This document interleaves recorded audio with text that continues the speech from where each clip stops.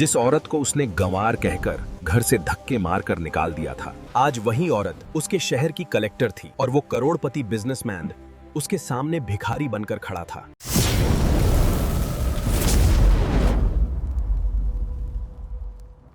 दोपहर के लगभग 2:16 हुए थे।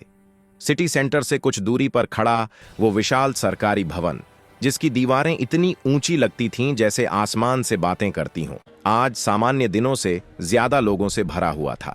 यहां खड़ी हर व्यक्ति की आंखों में एक ही उम्मीद थी, शायद आज हमारी फाइल पास हो जाए। धूप तेज थी, हवा हल्की थी और पसीना बेचैनी से बह रहा था। भीड़ के बीच एक आदमी बार बार अपनी कलाई घड़ी देख रहा था। उसका महंगा सूट, चमचमाते जूते और इत्र की खुशबू उसे बाकियों से अलग बनाती थी, लेकिन चेहरे पर जो गुस्सा और अधीरता थी वो उससे भी तेज थी। उसका नाम था विक्रम सिंघानिया, शहर का बड़ा बिजनेसमैन, लाखों का टर्नओवर, सैकड़ों कर्मचारी, मीडिया में तस्वीरें छपने वाली शख्सियत। लेकिन आज वो इस भीड़ में एक सामान्य आदमी की तरह पसीना पोंछ रहा था। उसकी फैक्ट्री का करोड़ों का प्रोजेक्ट अटका हुआ था। सरकारी क्लियरेंस जैसे खून चूसने वाली प्रक्रिया, और उस प्रक्रिया की नई गेटकीपर, जिले की नई डीएम। विक्रम ने चपरासी की तरफ देखते हुए झुंझला कर कहा, भाई कितना टाइम लगेगा? मेरी एक और इम्पोर्टेंट मीटिंग है, मैं यहाँ घंटों से खड़ा हूँ। चपरासी ने बिना प्रभावित हुए कहा, साहब सबका काम जरूरी होता है, मैडम अभी राउंड पर हैं, आएंगी तो बुलाएंगी, यहाँ सब बराबर हैं। विक्रम हल्का सा हंसा, लेकिन वो हंसी घमंड से भरी हुई थी। सब बराबर, मेरे जैसे आदमी और इन सब के जैसे? वो बड़बड़ाया। अचानक दूर से एक तेज सायरन सुनाई दिया। भीड़ में हलचल मच गई।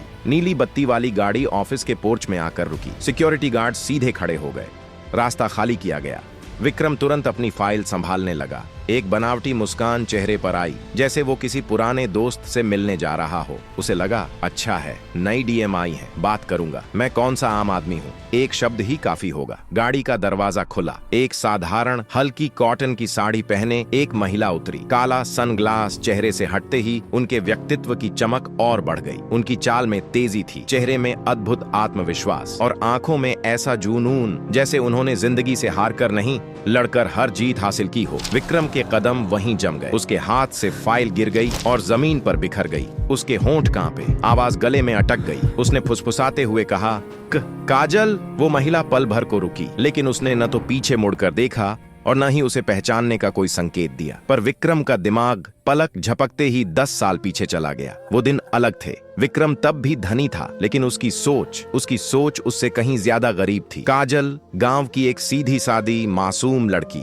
न ज्यादा पढ़ी लिखी, न शहर की चमक दमक समझने वाली। दोनों की शादी परिवारों ने करवाई थी। काजल के घर वालों ने यही सोचा, शहर का लड़का है, पढ़ा लिखा है, बेटी की जिंदगी संवर जाएगी। लेकिन हकीकत कुछ और थी। शादी के कुछ ही महीनों में विक्रम को महसूस होने लगा, ये लड़की मेरी लाइफस्टाइल में फिट नहीं होती। वो पार्टीज में काजल को नहीं ले जाता था, दोस्तों से मिलवाने में शर्म महसूस करता था। जब भी काजल पूछती, मैं भी चलूं क्या, विक्रम ठंडी सांस लेकर कहता, तुम समझोगी क्या वहां की बातें? लोग क्या कहेंगे? मेरी इमेज खराब हो जाएगी। काजल हर बार चुप रह जाती, लेकिन उसका दिल हर बार टूटता था। एक रात बहुत बड़ा झगड़ा हुआ, सिर्फ इसलिए क्योंकि काजल ने पहली बार बहुत धीरे से पूछा था, विक्रम क्या मैं इतनी बुरी हूँ कि आप मुझे अपने साथ कहीं नहीं ले जाते? बस इतना ही, ना उलाहना, न गुस्सा, न शिकायत। लेकिन विक्रम का अहंकार फट पड़ा। उसने काजल का हाथ कसकर पकड़ा, उसे दरवाजे की ओर धकेला और चिल्लाया, तुम एक गंवार हो, मेरे योग्य नहीं हो। मुझे एक पढ़ी लिखी स्मार्ट बीवी चाहिए, न कि तुम्हारे जैसी गांव की लड़की। काजल फूट फूट कर रो पड़ी, गिड़गिड़ा कर बोली, मैं सीख लूंगी विक्रम, मुझे मत निकालो, मैं बदल जाऊंगी। लेकिन दरवाजा धड़ाम से बंद हो गया। वो रात, वो घोर अंधेरा, शहर की सड़कों पर अकेली खड़ी काजल, उसके आंसुओं के साथ एक आग पैदा हुई, एक चुप, शांत लेकिन बहुत खतरनाक आग। उस रात काजल किसी तरह अपने मायके पहुंची। माँ चिंतित थी, पिता टूट चुके थे, भाई क्रोध से भरे हुए थे, लेकिन काजल चुप थी। उसने बस इतना कहा, मुझे पढ़ना है, बहुत पढ़ना है। शुरुआत मुश्किल थी। गांव के लोग बातें करते थे, अरे 25 की लड़की अब पढ़ाई करेगी, शौक चढ़े हैं, पति ने छोड़ा तो पढ़ने निकल पड़ी। लेकिन काजल नहीं रुकी। वो सुबह 4 बजे पढ़ाई करती, दिन में घर का काम, रात में फिर पढ़ाई। धीरे धीरे वो मजबूत होती गई। धीरे धीरे उसका दर्द उसकी ताकत बनता गया। साल बीतते गए और एक दिन वो लड़की जिसे कभी अनपढ़ कहा गया था, वही लड़की आईएएस रैंक होल्डर काजल वर्मा बन चुकी थी। लेकिन विक्रम को तो ये पता ही नहीं था कि जिस औरत को उसने धक्का देकर निकाल दिया था, वो आज देश की सबसे सम्मानित सेवाओं में से एक में शामिल हो चुकी है। विक्रम का दिल अब भी धड़क रहा था। चपरासी ने आवाज लगाई, मिस्टर सिंघानिया, मैडम ने बुलाया है। विक्रम अंदर गया। केबिन विशाल था। दीवारों पर पुरस्कार, मेज पर सुगठित फाइलें और उस चमकदार कुर्सी पर बैठी काजल। वो फाइल पढ़ रही थी। उसके चेहरे पर शांति थी, आंखों में आत्मविश्वास और व्यक्तित्व में ऐसी गरिमा कि विशाल कमरा भी छोटा लगने लगा। विक्रम ने डरते हुए कहा, मे आई कम इन मैडम? काजल ने सिर उठाया। कोई गुस्सा नहीं, कोई पहचान नहीं, कोई दुश्मनी नहीं, बस एक अफसर का भाव। Please come in mister Singhania, let's discuss the matter. उस क्षण विक्रम को पहली बार अपने घमंड का वजन महसूस हुआ। ऐसा लगा जैसे कोई पहाड़ दिल पर गिर गया हो। केबिन में घड़ी की टिक टिक साफ सुनाई दे रही थी। हमेशा आत्मविश्वासी रहने वाला, हमेशा लोगों को आदेश देने वाला, हमेशा भीड़ में भी सबसे ऊंचा खड़ा दिखने वाला विक्रम आज एक साधारण सी कुर्सी पर बैठते ही छोटा हो गया। उसका दिल धड़क नहीं रहा था, भाग रहा था। काजल ने उसके आने का कोई प्रभाव चेहरे पर नहीं आने दिया। वो फाइल के पेज पलट रही थी। 4 साल पहले की पर्यावरण रिपोर्ट, 2 साल पहले का निरीक्षण, लाइसेंस रिन्यूअल। विक्रम ने धीरे से कहा, काजल ने बिना देखे कहा, मिस्टर सिंघानिया, ये डीएम ऑफिस है। यहाँ सबकी पहचान सिर्फ उनके काम से होती है, न कि उनके अतीत से। ये एक वाक्य, लेकिन इतने भारी कि विक्रम को लगा किसी ने उसके कंधों पर पहाड़ रख दिया हो। उसने चुपचाप सिर झुका लिया। वो समझ चुका था, यह वो काजल नहीं जो रोती थी, गिड़गिड़ाती थी। ये वो काजल है जिसने खुद को राख से उठाकर हीरा बनाया है। ऊपर से काजल शांत थी, एक डीएम की तरह, लेकिन अंदर अतीत के हर जख्म जैसे आज फिर जाग गए थे। वो रात जब उसे घर से धक्का देकर निकाला गया था, वो सड़क जहाँ उसे पता ही नहीं था कि जाए कहाँ, माँ का ट्रेम्बलिंग वॉइस, क्या हुआ बेटा, ये हाल कैसे हुआ? पिता की आंखों में शर्म, हमने शादी में शायद जल्दबाजी कर दी। और समाज की बातें, पति ने निकाला है, जरूर लड़की में कुछ कम होगा। वो बहुत कुछ झेल चुकी थी। आज वही आदमी उसकी टेबल के सामने बैठा था जिसने कभी कहा था, मेरे स्टैंडर्ड की नहीं हो तुम। लेकिन काजल का चेहरा आज एक बात साफ कह रहा था, अब मेरी पहचान तुम्हारे शब्दों से नहीं, मेरी मेहनत से बनती है। काजल ने फाइल को पलटा। नया पन्ना खुला, फैक्ट्री के विस्तार का प्रस्ताव। विक्रम के हाथ कांप रहे थे। वो हर सेकंड डर रहा था कि कहीं काजल बदला न ले ले। लेकिन काजल जो पढ़ रही थी उसमें कोई निजी भावना नहीं थी, बस नियम, कानून और एक ईमानदार अधिकारी का कर्तव्य। फाइल पढ़ते हुए उसने पूछा, आपकी फैक्ट्री में पिछले 3 वर्षों से सेफ्टी ऑडिट क्यों नहीं हुआ? विक्रम के गले में जैसे कांटे चुभ गए। वो थोड़ा लेट हो गया था। काजल ने सिर उठाया। लेट होना और नियमों को नजरअंदाज करना, दोनों में फर्क है मिस्टर सिंघानिया। विक्रम चुप। काजल ने अगला पेज खोला। यहाँ लिखा है कि पिछले साल मशीनरी फेल होने से 2 कर्मचारी घायल हुए। उन्हें मुआवजा दिया गया? विक्रम ने कठिनाई से कहा, हाँ, दिया गया था। काजल ने 1 सेकंड के लिए उसकी आंखों में देखा। पहली बार उस नजर में न गुस्सा था, न नफरत, बल्कि एक अजीब सा संयम था, जैसे इंसान को देख तो लिया जाए लेकिन भावना को आने न दिया जाए। काजल ने फाइल बंद की। विक्रम पूरे समय पसीने में डूबा रहा। उसने हिम्मत करके कहा, काजल ने तुरंत कहा, हमारे बीच काजल और विक्रम जैसे कुछ नहीं है मिस्टर सिंघानिया। यहाँ मैं अफसर हूँ और आप एक applicant, please stay professional. Vikram को लगा जैसे किसी ने उसकी आत्मा को नंगा कर दिया हो। ये वही विक्रम था जो कभी लोगों को उनकी औकात याद दिलाता था, और आज उसकी औकात का असली आईना उसके सामने बैठा था। फिर भी फाइल पर साइन करने से पहले काजल का मन कुछ देर के लिए कहीं और चला गया। वो याद करने लगी पहली रात उनके घर की, जब उसकी साड़ी ठीक से बंधी नहीं थी और विक्रम ने कहा था, सीढ़ी रहना नहीं आता तुम्हें? पहला खाना, जब उसने दाल में नमक थोड़ा ज्यादा डाल दिया था और विक्रम ने दोस्तों के सामने मजाक उड़ाया था, गांव की लड़की है, क्या उम्मीद करूं? पहली पार्टी जहां उसे घर पर छोड़ दिया गया था सिर्फ इसलिए कि तुम घर ही रहो, वहाँ इंग्लिश में हेलो ही होता है, तुम मैनेज नहीं कर पाओगी। और फिर वो रात जब उसे बाहर फेंक दिया गया। उस रात उसने खुद से वादा किया था, आज जिस पढ़ाई को मुझे गनवर कहा गया, कल इसी पढ़ाई की वजह से दुनिया मुझे सलाम करेगी। आज वही सपना, यही कैबिन, ये कुर्सी। काजल ने अंत में पेन उठाया। विक्रम ने पलकें भी झपकने से डरते हुए उसे देखा। उसे लगा शायद काजल फाइल फेंक देगी, कह देगी वक्त घूम चुका है, अब मेरी बारी है। लेकिन काजल ने बिना एक शब्द बोले फाइल पर साइन कर दिए। उसने फाइल आगे बढ़ाई और बहुत शांत स्वर में कहा, आपकी फाइल कानूनी तौर पर पूरी है, मैं निजी भावनाओं के आधार पर कोई फैसला नहीं लेती। ये सुनते ही विक्रम का सिर और झुक गया, जैसे उसकी रीढ़ से आत्मसम्मान का आखिरी कण भी गिर गया हो। विक्रम खड़ा हुआ। उसकी रफ्तार धीमी थी, जैसे पैरों में बोझ बंधा हो। वो दरवाजे तक पहुंचा, हाथ आगे बढ़ाया लेकिन रुक गया। वो मुड़ा, उसकी आवाज टूट चुकी थी। काजल, I was a very bad man. I never understood you. I hurt you. Maybe you will never forgive me.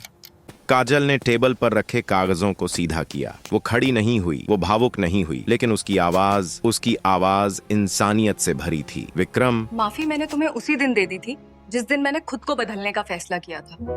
तुमने If you had not left me, शायद आज भी मैं किसी रसों में आंसू पोंछ रही होती। तुमने मुझे तोड़ा नहीं, तुमने मुझे गढ़ा है। इसलिए माफी नहीं, शुक्रिया। ये शब्द, ये स्वर, ये शांति विक्रम को उस दिन का सबसे बड़ा सबक दे गए। विक्रम दरवाजे से निकला। बाहर वही भीड़ थी, वही हलचल, वही तपती धूप, लेकिन उसके अंदर कुछ मर चुका था। उसका अहंकार, और कुछ नया जन्म ले चुका था, उसका इंसान होना। उसने पीछे मुड़कर नेम प्लेट देखी, कजाल वर्मा, डिस्ट्रिक्ट मैजिस्ट्रेट। उसकी आंखों से आंसू बहे, लेकिन ये आंसू हार के नहीं थे, ये समझ के आंसू थे। विक्रम ने सोचा, कपड़े, भाषा और स्टाइल नहीं, इंसान की असली कीमत उसकी मेहनत से तय होती है। विक्रम बाहर निकल चुका था। बाहर का शोर वही था, लोगों की भीड़, फाइलों की लाइन, सिक्योरिटी की सीटी, लेकिन उसके भीतर सब कुछ शांत था। इतना शांत कि उसे अपनी ही सांस सुनाई दे रही थी। वो सीढ़ियों से नीचे उतर रहा था, लेकिन हर सीढ़ी जैसे उसके अहंकार पर एक चोट मार रही थी। पहली सीढ़ी, तुम गंवार हो। दूसरी, मेरे स्टैंडर्ड की नहीं हो। तीसरी, मेरी इमेज खराब करोगी। और आज एक गंवार उसी शहर की सबसे बड़ी कुर्सी पर बैठी थी, और एक पढ़ा लिखा मॉडर्न आदमी अपनी ही गलतियों के बोझ से टूटा हुआ था। एक समय था जब विक्रम के लिए काजल कुछ नहीं थी। आज काजल के सामने खुद को कुछ नहीं महसूस कर रहा था। उधर केबिन में काजल बैठी थी। विक्रम चला गया था, लेकिन उसकी याद नहीं। वो शांत होकर पानी का गिलास उठाती है। उसका हाथ हल्का सा कांप रहा था। भावनाएं आती हैं, लेकिन वो उन्हें अंदर ही डुबो देती है। मैं डीएम हूँ, मैं भावनाओं से नहीं कानून से चलती हूँ। लेकिन मन इंसान का होता है। काजल ने खिड़की से बाहर झांका, जहां दूर पार्क में एक माँ अपनी बेटी को पढ़ा रही थी। उस दृश्य ने उसके भीतर की पुरानी सच्चाई जगाई। वो भी एक समय ऐसी ही बैठती थी, दीवार के सहारे, लालटेन की रोशनी में, किताबों पर झुकी हुई। वो धीरे से खुद से बोली, तुमने मुझे घर से निकाला था विक्रम, लेकिन मुझे मंजिल से जोड़ दिया। अब कहानी अतीत में फिर खुलती है। वो रास्ता जिसे काजल ने तय किया, वो दर्द जिसे दुनिया ने नहीं देखा। उस रात के बाद जब विक्रम ने दरवाजा बंद कर दिया था, काजल अपने मायके पहुंची थी। कंधों पर सिर्फ एक दुपट्टा, आंखों में आंसू, और अंदर टूट चुकी हिम्मत। माँ ने उसे गले लगाया। बेटा, तू वापस आ गई? काजल फूट फूट कर रोई थी। पिता खामोश बैठे थे। उनके चेहरे पर सिर्फ दो बातें थीं, दर्द और असहाय डर। परिवार दहशत में था। लोग क्या कहेंगे, रिश्ता क्यों टूटा, समाज में इज्जत का क्या होगा? लेकिन उसी रात काजल ने एक फैसला लिया था। मैं पढ़ूंगी, इतना पढ़ूंगी कि कोई मुझे कम ना समझ सके।